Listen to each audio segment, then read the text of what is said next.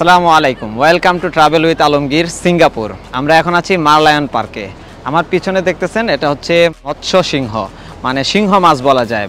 সিঙ্গাপুরের মানুষেরা মনে করে এটা তাদের বীরত্ব এবং গৌরবের প্রতীক। অনেক দিন আগে যখন সিঙ্গাপুরে অনেক বেশি ঝড়ের কবলে দ্বীপের প্রায় সব কিছু ধ্বংস হয়ে যায়, তখন এরকম একটা প্রাণী তাদেরকে রক্ষা করে। তখন থেকেই তারা তাদের বীরত্ব আর গৌরবের প্রতীক মনে করে। যারা সিঙ্গাপুরে ঘুরতে আসে তারা সাধারণত এই পার্কটাতে অবশ্যই আসে, কারণ আমরা 2 দিন ধরেই সিঙ্গাপুরে আছি, অনেক জায়গা এক্সপ্লোর করেছি। আপনাদেরকে সব কিছু হয়তো আগের ব্লগে দেখিয়েছি বা এই ব্লগে আপনারা দেখতেছেন। সো এই জায়গাটায় আসার পরে মূলত সিঙ্গাপুরের ফিলটা আসে। এই জায়গাটা অনেক সুন্দর। পিছনে হচ্ছে মেরিনা বে স্যান্ডস। আপনারা চাইলে এখানে ঘুরতে আসতে পারেন। এখানে আসার জন্য কোনো ধরনের টাকা দরকার হয় না, আপনারা পাবলিক ট্রান্সপোর্টে করেই ডিরেক্ট মারলায়ন পার্কে চলে আসতে পারবেন।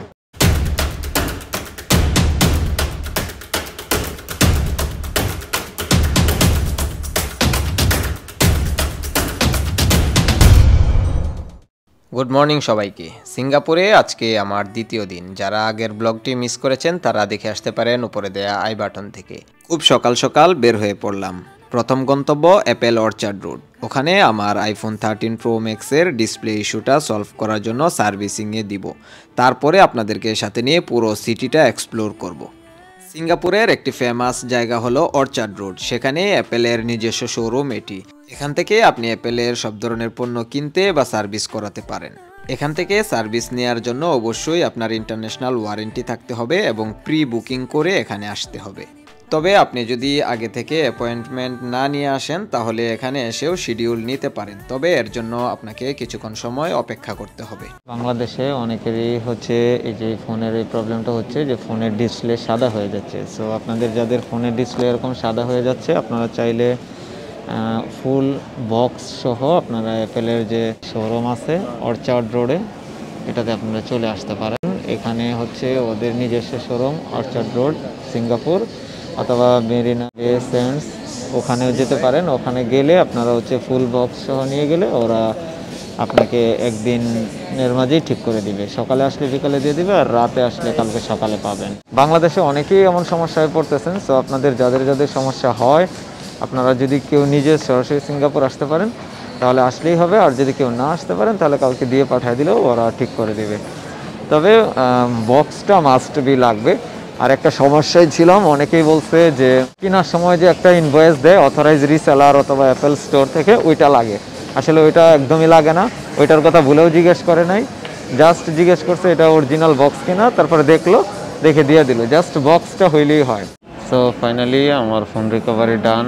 এই যে আমার ফোন এখন রিস্টার্ট করে দিচ্ছে, মানে সব ডাটাগুলা। সো এখান থেকে কোনো ধরনের পে করতে হয় নাই। দীর্ঘ 4 মাস পর আমার মোবাইল আমাকে ওয়েলকাম জানাচ্ছে।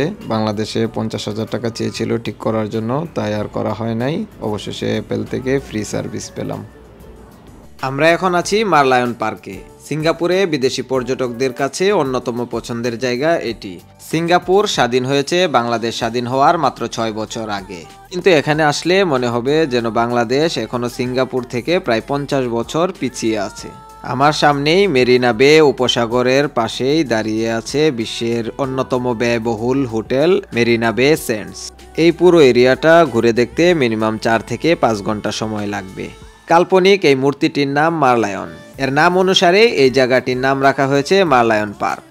এই মারলায়ন পার্কের চতুর্পাশেই অনেকগুলো ট্যুরিস্ট অ্যাট্রাকশন আছে, যেমন মেরিনা বে স্যান্ডস, তার পাশেই আছে সায়েন্স আর্ট মিউজিয়াম, তার পাশেই আছে গার্ডেন্স বাই দ্য বে, অ্যাপল পার্ক সহ অনেক ট্যুরিস্ট অ্যাট্রাকশন আছে এই পার্কের চতুর্পাশেই।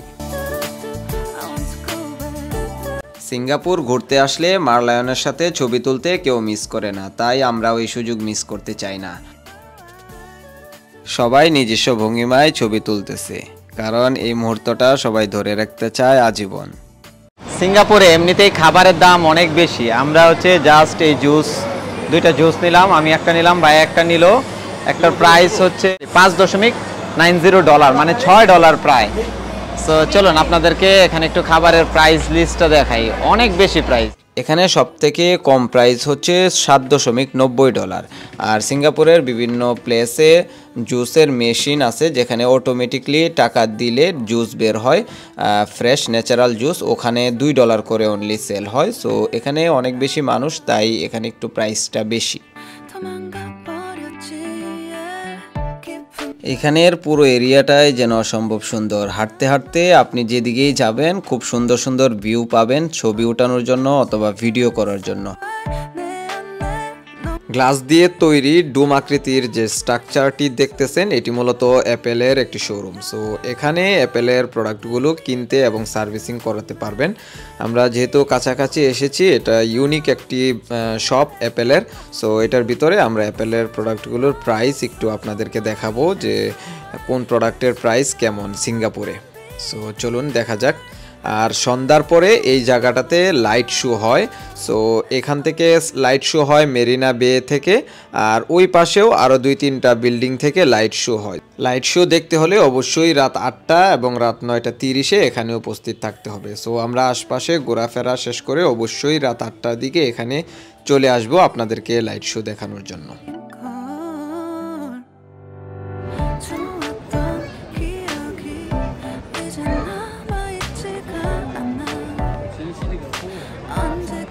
আপনি চাইলে ডিরেক্ট এখান থেকে প্রোডাক্ট পারচেস করতে পারবেন না। এখান থেকে পারচেস করতে হইলে আপনাকে আগে থেকে বুকিং করে আসতে হবে, তারপরে এখান থেকে এসে পারচেস করতে পারবেন। মানে অনলাইনে পারচেস করে এখানে এসে কালেক্ট করতে পারবেন। যেমন ওই যে যারা লাল গেঞ্জি পরা আছে অ্যাপেলের, ওরা সার্ভিস দেয়, এখানে এসে বলতে হবে যে আপনার পারচেস করা আছে, তাহলেই আপনাকে যে টাইম দিয়ে দেবে ওই শিডিউল অনুযায়ী এসে কালেক্ট করে নিতে হবে। ডিরেক্ট আপনি এখান থেকে এসে প্রোডাক্ট কিনতে পারবেন না, তবে অ্যাক্সেসরিজগুলো আপনি কিনতে পারবেন।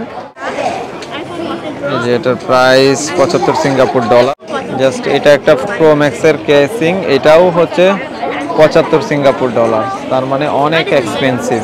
আর এগুলোর প্রাইস তো দেখাইলাম। এটা হচ্ছে 14 প্রো 128 GB। এটার প্রাইস হচ্ছে $1649 সিঙ্গাপুর ডলার। 80 টাকা দিয়ে গুণ করলে মেইন প্রাইসটা পেয়ে যাবেন। এটা হচ্ছে 14 প্লাস, এটার প্রাইস হচ্ছে 1499। আর এটা হচ্ছে অনলি 14, এটার প্রাইস হচ্ছে 128 GB 1299। এটা 14 প্রো ম্যাক্স, সবচেয়ে বেশি চাহিদা সম্পন্ন। এটার প্রাইস হচ্ছে 1799, মানে 1800।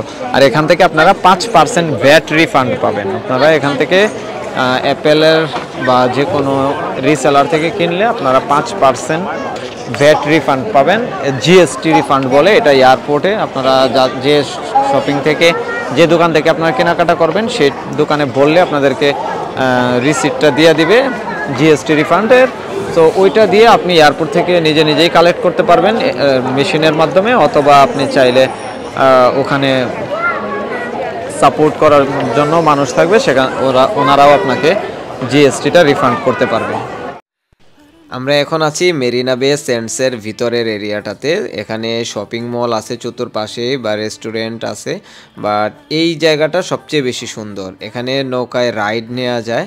আমাদের হাতে আজকে খুবই কম সময়, যার কারণে হয়তো বেশি ডিটেলসে এই শপিং মলটা দেখাতে পারবো না, বাট জাস্ট এই পার্টটুকু দেখাচ্ছি। এই পার্টটুকু এই বিল্ডিংয়ের সবচেয়ে সুন্দর। এছাড়াও এখানে অনেক সুন্দর সুন্দর অনেক কিছু আছে দেখার মতো। ইনশাল্লাহ নেক্সট টাইম যদি সিঙ্গাপুর কখনো আসা হয় তখন হয়তো দেখাতে পারবো, কারণ আমার হাতে সময় মাত্র 3 দিন। এই 3 দিনে সব কিছু কাভার করা একদমই পসিবল না। তারপরেও মেইন যে পছন্দের জায়গাগুলো সেগুলো কাভার করার চেষ্টা করতেছি। সিঙ্গাপুরের যে কোনো জায়গা থেকে বাসে অথবা এমআরটিতে করে মেরিনা বে সেন্টস চলে আসা যায় খুব সহজেই। আমরা এখন মেরিনা বে সেন্টস থেকে মুস্তাফা সেন্টার যাব দুপুরে লাঞ্চ করার জন্য। সো সামনেই হচ্ছে বে ফ্রন্ট এমআরটি স্টেশন, ওখান থেকে আমাদেরকে ট্রেনে করে যেতে হবে মুস্তাফা সেন্টার।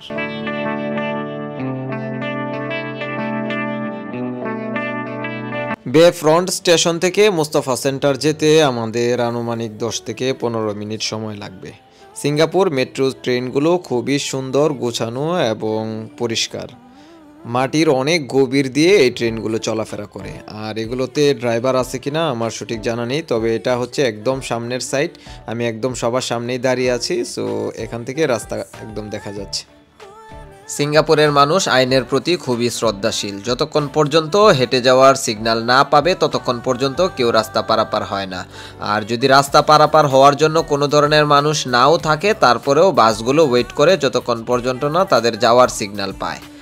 আমরা এখন আছি লিটল ইন্ডিয়া এরিয়াতে। এটা মূলত ইন্ডিয়ান এবং বাংলাদেশি অধ্যুষিত একটি এলাকা। এখানে মূলত ইন্ডিয়ান আর বাংলাদেশিরাই বেশি বসবাস করে। এছাড়াও বাঙালি রেস্টুরেন্টগুলো মূলত এই লিটল ইন্ডিয়ার মুস্তাফা সেন্টার এরিয়াতেই হয়ে থাকে। সো বাংলা খাবার খাওয়ার জন্য হলেও আপনাকে এই মুস্তাফা সেন্টার আসতে হবে। এছাড়াও মুস্তাফা সেন্টারে শপিং করার জন্য অথবা বাচ্চাদের খেলনা কেনাকাটার জন্য আপনারা আসতে পারেন। মুস্তাফা সেন্টারের গ্রাউন্ড ফ্লোরে অনেক হোলসেল শপ আছে, এখান থেকে হোলসেল রেটেও পণ্য কেনাকাটা করা যায়। এই লাগেজগুলোর প্রাইস ছিল 3000 থেকে 7000 টাকার ভিতরে। কোয়ালিটি একদমই চমৎকার। এটাই মূলত মুস্তাফা সেন্টার শপিং মল। অনেক ফেমাস একটা জায়গা, বিশেষ করে বাংলাদেশি বা ইন্ডিয়ানদের কাছে তো অনেক ফেমাস একটা জায়গা। বাংলাদেশ থেকে সিঙ্গাপুরে ঘুরতে গেলে অবশ্যই সবাই এই জায়গাটাতে ঘুরতে যায়। এটার একদম সামনের দিকেই হচ্ছে বাংলা খাবারের রেস্টুরেন্টগুলো। সো এখানকার মধ্যে শাহি বিরিয়ানি হাউস নামে এই বাংলা খাবারের দোকানটা সবথেকে ফেমাস। আর খাবারের প্রাইস আমার কাছে তুলনামূলকভাবে ঢাকার মতোই অথবা ঢাকার থেকে কম হবে। ভাত $1 80 টাকা, সবজি $1 80 টাকা, গরুর গোস্ত $4 320 টাকা, ডাল $1 80 টাকা, আর খিচুড়ি $60। সো ওই হিসাবে প্রাইস তেমন বেশি না, মোটামুটি ঢাকার মতোই অথবা কোনো কোনো ক্ষেত্রে কম বলা যেতে পারে। সিঙ্গাপুর অনুযায়ী প্রাইস মোটামুটি কম। সো খাবারের কোয়ালিটি বেস্ট। একটা অবাক করা জিনিস, কাঁঠালের দাম 1 কেজি $60, মানে 560 টাকা সিঙ্গাপুর ডলার হিসাবে। আর এক একটা কাঁঠাল 8 থেকে 10 কেজি বা 15 কেজি পর্যন্ত হয়। সেই অনুযায়ী একটা কাঁঠালের দাম দাঁড়ায় 7 থেকে 8000 টাকা। বাংলাদেশে যে কাঁঠাল 400 থেকে 500 টাকায় পাওয়া যায় সেটা সিঙ্গাপুরে 7 থেকে 8000 টাকা। সো ওইভাবে সরকার যদি উদ্যোগ নেয় যে সিঙ্গাপুরে কিভাবে কাঁঠাল পাঠানো যায়, তাহলে বাংলাদেশে যে চলমান ডলার সংকট আছে সেটা আশা করি কেটে যাবে। সামনের গলিতেই আমার হোটেল, এখানে সেন্ট্রাল হাউস, সেন্ট্রাল রোডের প্রথম বাসাটাই।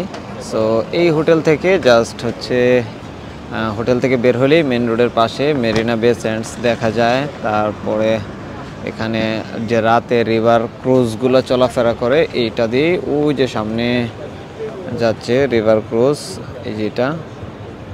সো এই আন্ডারপাস দিয়ে আমি হেঁটে হেঁটে যাব হচ্ছে মারলায়ন পার্কের দিকে। সো ওখানে রাতের ভিউটা অনেক সুন্দর, লাইট শো হয়। সো চলুন দেখা যাক রাতের ভিউটা কেমন আসে Merlion. Hello, your country? US. US. Yeah. Hey, I like your suit, man. That's nice. Oh, thank you. Nice. মানে উনি বলতেছে উনি ইউএস থেকে আসছে, আমার এই পাঞ্জাবিটা উনি অনেক পছন্দ করছে।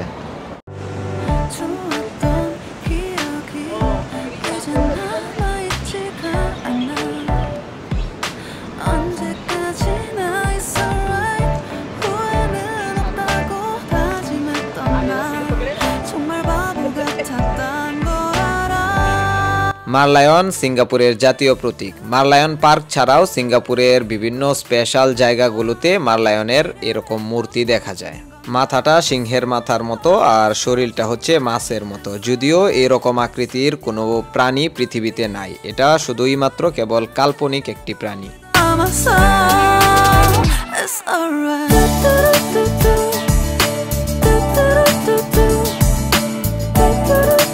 রাতের বেলায় এই জায়গাটি আরও অনেক বেশি সুন্দর হয়ে ওঠে। এখানে চতুর্পাশে যে বিল্ডিংগুলো আছে, বড় বড় বিল্ডিংগুলো সবগুলোতে এরকম সুন্দর করে লাইটিং করা থাকে। আর এখানে যে মেরিনা বে উপসাগর, এইটার মাঝে আপনারা চাইলে এরকম রিভার ক্রুজের মাধ্যমে পুরো এরিয়াটা চক্কর দিতে পারেন। এখানে এটার টিকিট কাউন্টার, আপনারা চাইলে মারলায়ন পার্কে এসে এটার টিকিট কেটে এখানে এরকম এই রিভার ক্রুজগুলো দিয়ে এই এরিয়াটা ঘুরে দেখতে পারেন। আর যখন এখানে লাইট শো শুরু হয় তখন চতুর্পাশে যে মানুষগুলা থাকে বা ট্যুরিস্ট যারা থাকে তারা এখানে চলে আসে লাইট শো দেখার জন্য। সো কথা না বাড়িয়ে চলুন লাইট শো উপভোগ করি।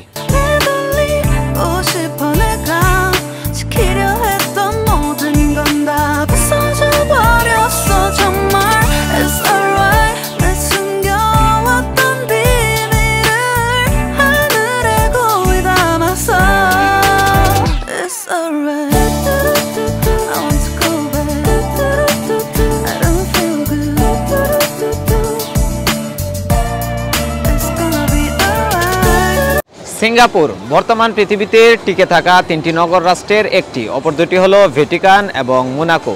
সিঙ্গাপুরকে বলা হয় দ্য সিটি অফ ফিউচার। আমরা ভবিষ্যতে যেসব টেকনোলজি স্বপ্ন দেখি তা অলরেডি সিঙ্গাপুরে আছে, তাই আর বুঝতে অসুবিধা হবে না যে সিঙ্গাপুর কতটা উন্নত।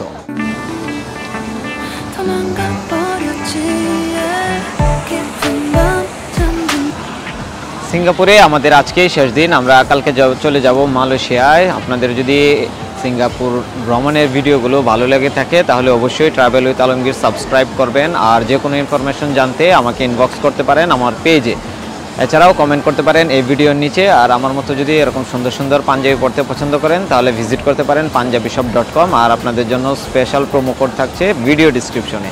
তাই আর দেরি না করে ভিজিট করুন punjabishop.com। ভালো থাকবেন সবাই, আল্লাহ হাফেজ।